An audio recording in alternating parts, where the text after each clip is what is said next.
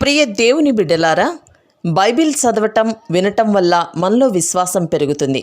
మన మార్గానికి త్రోవ చూపుతుంది. సమస్త జనులను శిష్యులనుగా చేయుడి మత్తయి 28:19 వచనంలో దేవుని వాక్యం తెలియచేస్తోంది. తెలుగు బైబిల్స్ను ఆర్ఆర్కే మూర్తి గారు రీసెర్చ్ చేసి విశ్లేషణ చేసిన బైబిల్లోని ప్రతి అధ్యాయాలను వచనాలను వరుస క్రమంలో అనగా ఆదికాండం నుండి ప్రకటనా గ్రంథం వరకు ఇవ్వబడుతుంది. ప్రతి ఒక్కరూ ఆధ్యాత్మికంగా విశ్వాసంలో బలపడి మీ జీవితంలో ఎదుర్కొంటున్న సమస్యల నుండి విడుదల పొందండి. ప్రతి ఒక్కరూ మీ దీవెన టీవీని సబ్స్క్రైబ్ చేసి ఈ వాక్యాన్ని లైక్ చేసి మీ మిత్రులకు బంధువులకు షేర్ చేయండి. దేవుని సువార్తను ప్రకటింపబడుటలో మీరు పాలిభాగస్తులు కండి. సామెతల గ్రంథం 21వ అధ్యాయం. ఈ అధ్యాయంలో వివిధ అంశాలను గురించిన సామెతలున్నాయి. ప్రారంభంలో రాజును గురించి, చిట్ట చివరి వచనం కూడా రాజు, యుద్ధం, గుర్రాలు వీటిని గురించే రచయిత కొన్ని సామెతలు పలుకుతున్నాడు. యెహోవా చేతిలో రాజు హృదయము నీటి కాలువల వలె ఉన్నది. ఆయన తన చిత్తవృత్తి చొప్పున దానిని తిప్పుతాడు. రాజుల మనస్సు చంచలం. అహష్వేరోషు, నెబుకద్నెజరు, కోరెషు, దర్యావేషు, ఔగుస్తు మొదలైన రాజుల చర్యలను గమనిస్తే ఈ వాస్తవం బోధపడుతుంది. అయితే దేవుడు దావీదు, సొలొమోను మొదలైన రాజులను అభిషేకించి వాడుకున్నాడు. దేవుడు తన సంకల్ప సిద్ధికి ఈ రాజులను ఆయా సందర్భాలలో వాడుకున్న వృత్తాంతం మనం బైబిలులో వింటున్నాము. ఒకడు తనకు ఏర్పరచుకున్న మార్గము ఎట్టిదైనా తన దృష్టికి అది న్యాయంగానే కనపడుతుంది. యెహోవాయే హృదయాలను పరిశీలన చేసేవాడు. అవును, హృదయాలను అంతరింద్రియాలను పరిశోధించేవాడు దేవుడే. ఆయన కన్నులకు మరుగైనది ఏదీ లేదు. ప్రతి ఒక్కడూ తానే నీతిమంతుణ్ణి అనుకుంటే అది ఆత్మవంచన. నీ ఆంతర్యం ఎరిగినవాడు దేవుడు. నిన్ను గురించి నీవు ఏమనుకుంటున్నావు అని కాదు, నీ గురించి దేవుడేమనుకుంటున్నాడు అనేది ముఖ్యం. నీతి న్యాయములననుసరించి నడుచుకోవడం బలులు అర్పించటం కంటే యెహోవాకు ఇష్టం. మత్తయి శుభవార్త 9వ అధ్యాయం 13వ వచనంలో ప్రభువు పరిసయ్యులను ఉద్దేశించి అన్నాడు, నేను పాపులను పిలవాలనే వచ్చాను, నీతిమంతులను పిలువ రాలేదు. గనుక నేను కనికరమునే కోరుతున్నాను, గాని బలిని కోరను అనే వాక్య భావమేమిటో మీరు వెళ్లి నేర్చుకోండి. నీతి న్యాయములు దేవునికి ఇష్టమైన బలులు. 4వ వచనం, అహంకార దృష్టి, గర్వహృదయము, భక్తిహీనుల క్షేమం పాపయుక్తములు. పాపికి ఉన్నదంతా అతని క్షేమం కూడా ప్రమాదమే. వారు తమ క్షేమం కోసం చేసే బలులు కూడా వారి పాపంలో భాగమైపోతాయి. జాగ్రత్త. 5 నుండి 8వ వచనం వరకు, శ్రద్ధగల వారి యోచనలు లాభకరములు, తాలిమి లేక పనిచేసే వారికి నష్టమే ప్రాప్తిస్తుంది.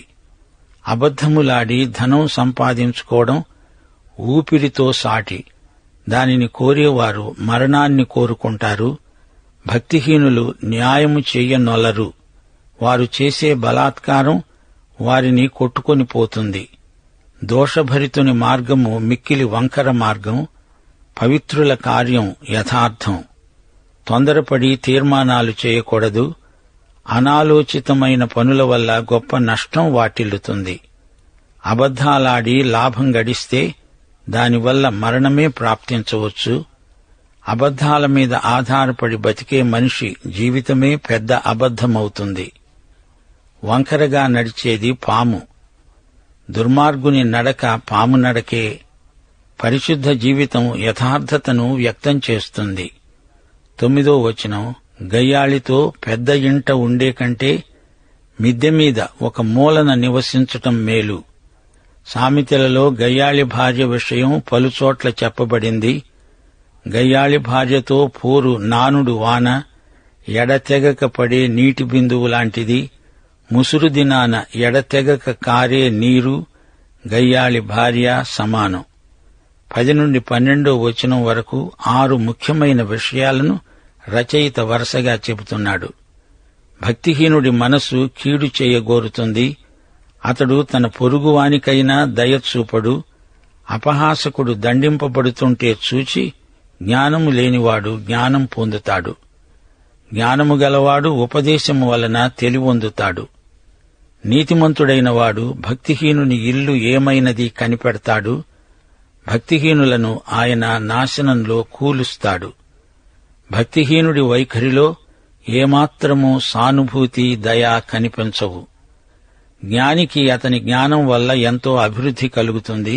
నీతిమంతుడు దుష్టుణ్ణి కనికరించవచ్చు, కాని అతడు దేవుని శిక్షను తప్పించుకోలేడు. నీతిమంతునికి దుర్మార్గునికి గల వ్యత్యాసం వారి వైఖరిలో ఇట్టే తెలిసిపోతుంది. ఇప్పుడు విత్తటం, పంట కోయటం గురించి రచయిత చెబుతున్నాడు. మనం చేసే ప్రతి పని విత్తనమే. దరిద్రుల మొర వెనక చెవి మూసుకునేవాడు తాను మొర్రపెట్టేటప్పుడు అంగీకరించబడడు. దరిద్రుల ఆక్రందన విననివానికి అదే గతి పడుతుంది. గలతీ పత్రిక 6వ అధ్యాయం 7వ వచనం, మోసపోకండి, దేవుడు వెక్కిరించబడడు. మనుష్యుడు ఏది విత్తుతాడో అదే పంట కోస్తాడు. చేసుకున్న వారికి చేసుకున్నంత.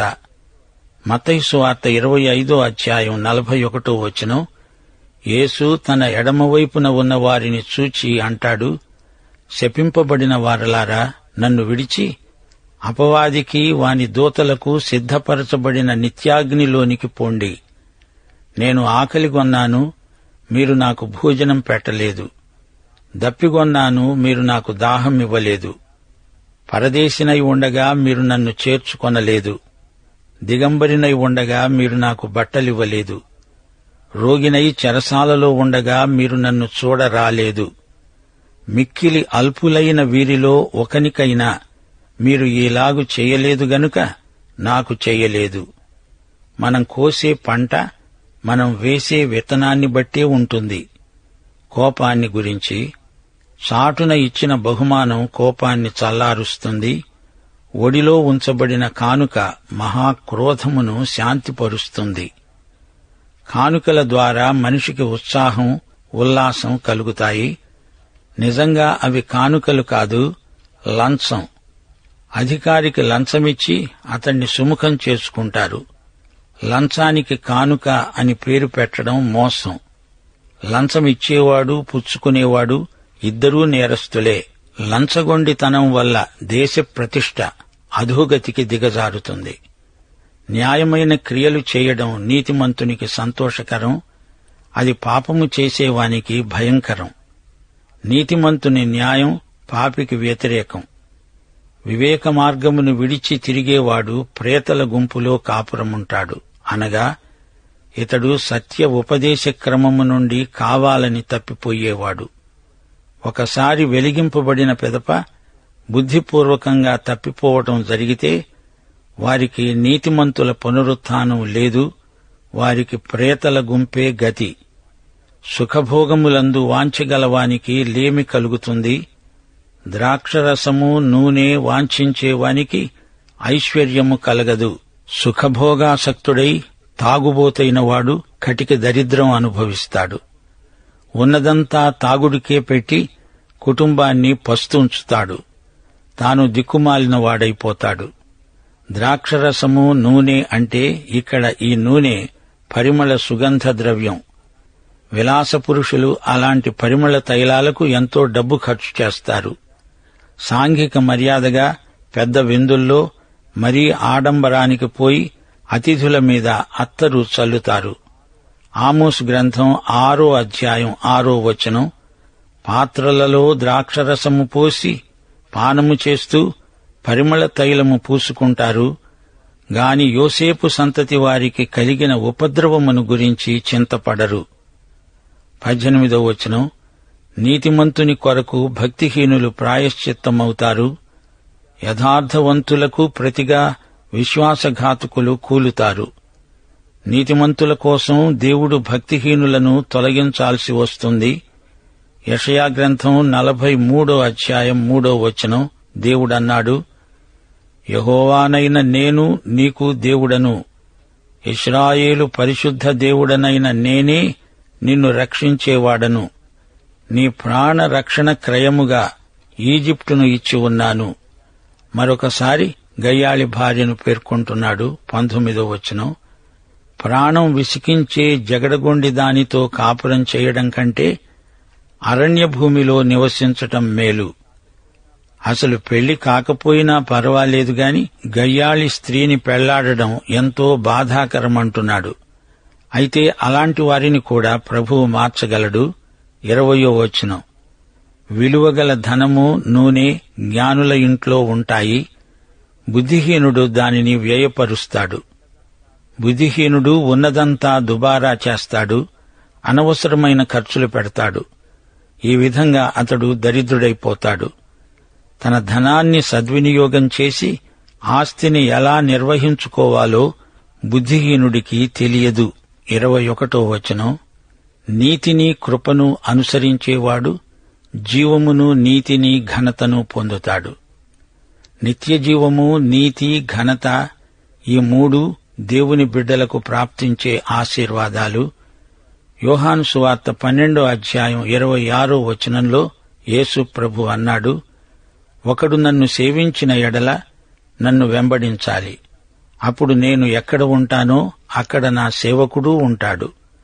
ఒకడు నన్ను సేవించిన ఎడల నా తండ్రి అతణ్ణి ఘనపరుస్తాడు. జ్ఞాని అయిన ఒకడు పరాక్రమశాలుల పట్టణ ప్రాకారమెక్కుతాడు. అటివాడు దానికి ఆశ్రయమైన కోటను పడగొడతాడు. యుద్ధ సమయంలో కాని, శాంతి సమయంలో కాని జ్ఞానం అక్కరకు వస్తుంది. పట్టణాన్ని ముట్టడించాలన్నా లేక పట్టణాన్ని కాపాడాలన్నా జ్ఞానం ఎంతో అవసరం. 23వ వచనం. నోటిని, నాలుకను భద్రం చేసుకునేవాడు శ్రమల నుండి తన ప్రాణాన్ని కాపాడుకుంటాడు. శాంతి సమాధానాల రహస్యమిదే. నాలుకను అదుపులో పెట్టుకోగలిగితే మనస్సుకు తృప్తిగా ఉంటుంది, ఎట్టి ఆందోళన ఉండదు. 1 పేతురు 3వ అధ్యాయం 10-11 వచనాలు. జీవమును ప్రేమించి మంచి దినములు చూడగోరేవాడు చెడ్డదానిని పలుకకుండా తన నాలుకను, కపటపు మాటలు చెప్పకుండా తన పెదవులను కాచుకోవాలి. అతడు కీడు నుండి తొలగి మేలు చెయ్యాలి. సమాధానమును వెదకి దానిని వెంటాడాలి. కీడు చెయ్యకుండా ఉంటే చాలదు, మేలు కూడా చెయ్యాలి. 24 నుండి 29వ వచనం వరకు 6 రకాల మనుషులు పేర్కొనబడుతున్నారు. 1 అహంకారి, అపహాసకుడు.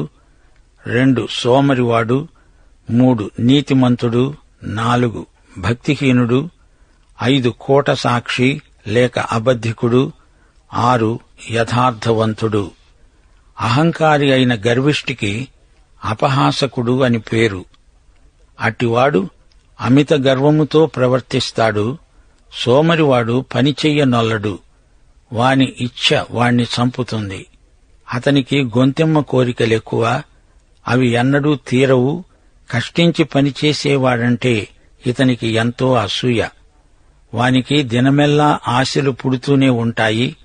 అయితే నీతిమంతుడు ఇస్తూనే ఉంటాడు. సత్కార్యాలు చేయడంలో ఏమాత్రమూ వెనుదీయడు. భక్తిహీనుడు అర్పించే బలులు హేయమైనవి. దురాలోచనలతో అర్పిస్తే అవి మరీ హేయం. దేవుడు అతని భక్తి నటనను అసహ్యించుకుంటాడు. కీర్తనలు 119, 150 వచనం. వీరే దుష్కార్యములు చేసేవారు, దేవుని ధర్మశాస్త్రాన్ని తోసివేసేవారు. కోట సాక్షి నటిస్తాడు, విని మాటలాడేవాడు సత్యమే పలుకుతాడు. భక్తిహీనుడు తన ముఖం మార్చుకుంటాడు, యథార్థవంతుడు తన ప్రవర్తనను చక్కపరుచుకుంటాడు. కోట సాక్షికి అవమానం, సత్యమే పలికే యథార్థవంతునికి ఆనందం. ముఖం మార్చుకొని ఉంటే అది భక్తి కాదు, మనస్సులోని ఆనందం ముఖం మీద కనపడాలి.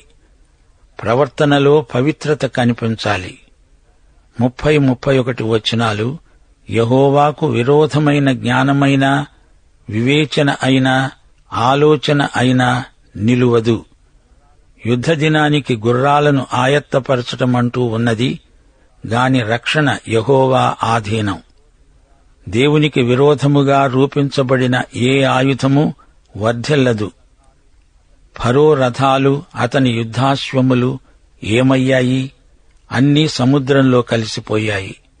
దేవుడు తోడై ఉంటేనే కాని రాజుకు విజయం కలగదు. దేవుణ్ణి కాదని ఎవరూ ఏ సత్కార్యమూ చేయలేరు. అథవా చేసినా అది సఫలం కాదు. దేవునిపై ఆధారపడిన వారే గొప్ప కార్యాలు చేయగలిగారు. ఈ సత్యాన్ని చరిత్ర ధృవపరుస్తుంది. దేవుని వాక్య ప్రమాణాన్ని పాటించిన రాజులకే జయం.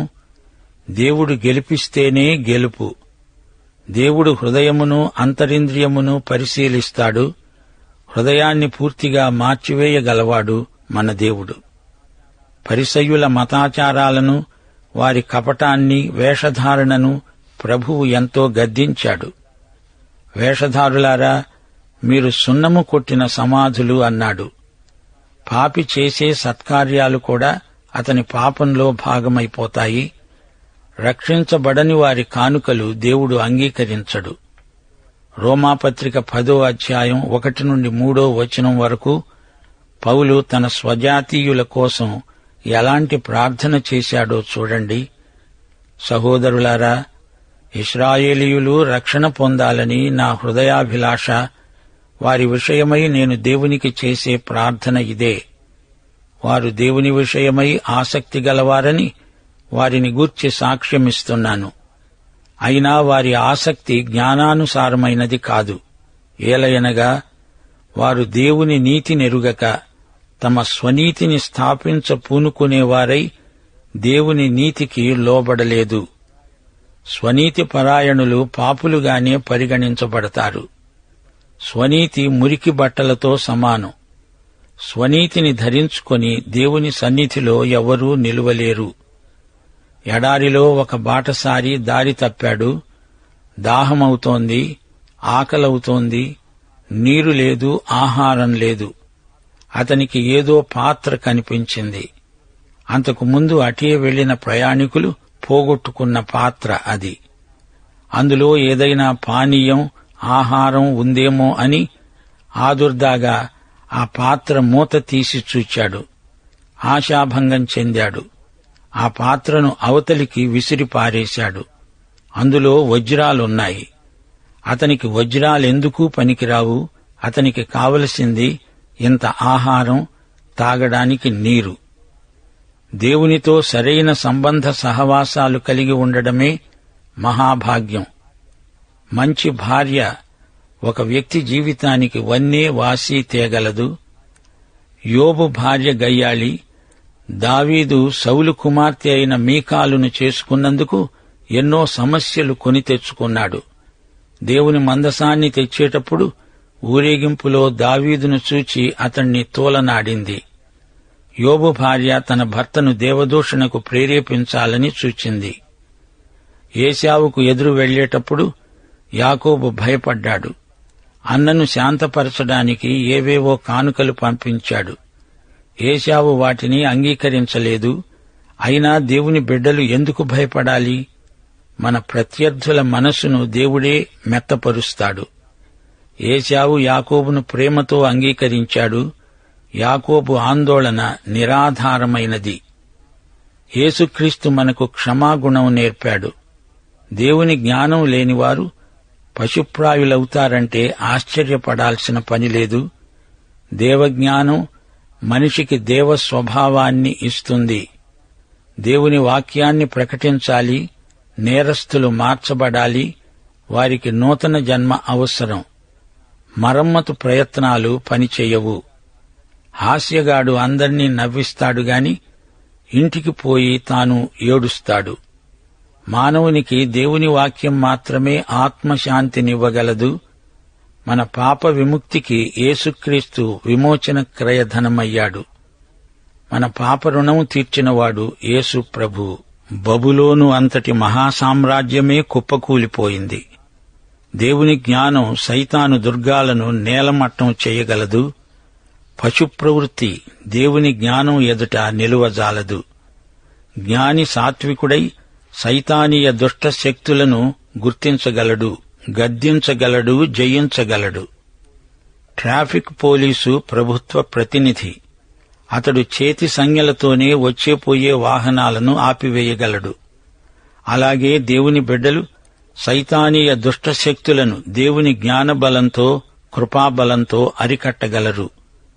నాలుకను గురించి సామెతల గ్రంథం ఎంతగానో చెబుతోంది. ఎందుకు? నాలుకను దేవుని బిడ్డలు మంచికి వాడతారు. దేవుని ఎరుగని వారు అదే నాలుకతో అంతా నాశనం చేస్తారు. నాలుక, గర్వం అనే 2 అంశాలు సామెతల గ్రంథంలో ముఖ్యమైనవి. సోమరి మనిషి మనస్సు సైతాను కర్మాగారం. కష్టించి పనిచేయకుండా ఊరికే డబ్బు రావాలంటాడు సోమరిపోతూ. సోమరితనాన్ని సిలువ వెయ్యాలి. ప్రభు అన్నాడు, యోహాను సువార్త 9వ అధ్యాయం 4వ వచనం, పగలున్నంత వరకు నన్ను పంపిన వాని క్రియలు మనము చేస్తుండాలి. రాత్రి వస్తున్నది, అప్పుడెవడూ ఏమీ చెయ్యలేడు. నీతిమంతుడు ఇస్తాడు, పుచ్చుకోవటం కాదు, ఇవ్వడం అతనికి ఎంతో సంతోషం. పుచ్చుకొనుట కంటే ఇచ్చుట ధన్యత అని ప్రభువే చెప్పాడు. కోట సాక్షులు యేసు మీద నిందారోపణ చేయడానికి వచ్చారు. మత్తయి శుభవార్త 27వ అధ్యాయం 11 నుండి 14వ వచనం వరకు. యేసు అధిపతి ఎదుట నిలిచాడు. అప్పుడు అధిపతి అన్నాడు, యూదుల రాజువు నీవేనా? యేసు అతణ్ణి చూచి అన్నాడు, నీవన్నట్టే. ప్రధాన యాజకులు, పెద్దలు ఆయన మీద నేరము మోపినప్పుడు ఆయన ప్రత్యుత్తరమేమీ ఇయ్యలేదు. పిలాతు అన్నాడు, నీ మీద వీరెన్ని నేరములు మోపుతున్నారో నీవు వినలేదా? అయితే ఆయన ఒక్క మాటకైనా అతనికి ఉత్తరమియ్యలేదు. గనుక అధిపతి మిక్కిలి ఆశ్చర్యపడ్డాడు. అబద్ధ సాక్ష్యాలు నిలువవు. 2 కొరింథీ 13వ అధ్యాయం 8వ వచనం, మేము సత్యమునకు విరోధముగా ఏమీ చెయ్యనేరము గాని సత్యము నిమిత్తమే సమస్తము చేస్తున్నాము. కీర్తనలు 27 3వ వచనంతో ఈ పాఠం ముగిస్తాము. నాతో యుద్ధం చెయ్యడానికి దండు దిగినా నా హృదయం భయపడదు. నా మీదికి యుద్ధము రేగినా దీనిలో నేను ధైర్యము విడువను. సామెతలు 21వ అధ్యాయం 31వ వచనం, యెహోవాకు విరోధమైన జ్ఞానము కాని, వివేచన, ఆలోచన కాని నిలువవు. రక్షణ యెహోవా ఆధీనం. దైవాశీస్సులు. ఆమేన్.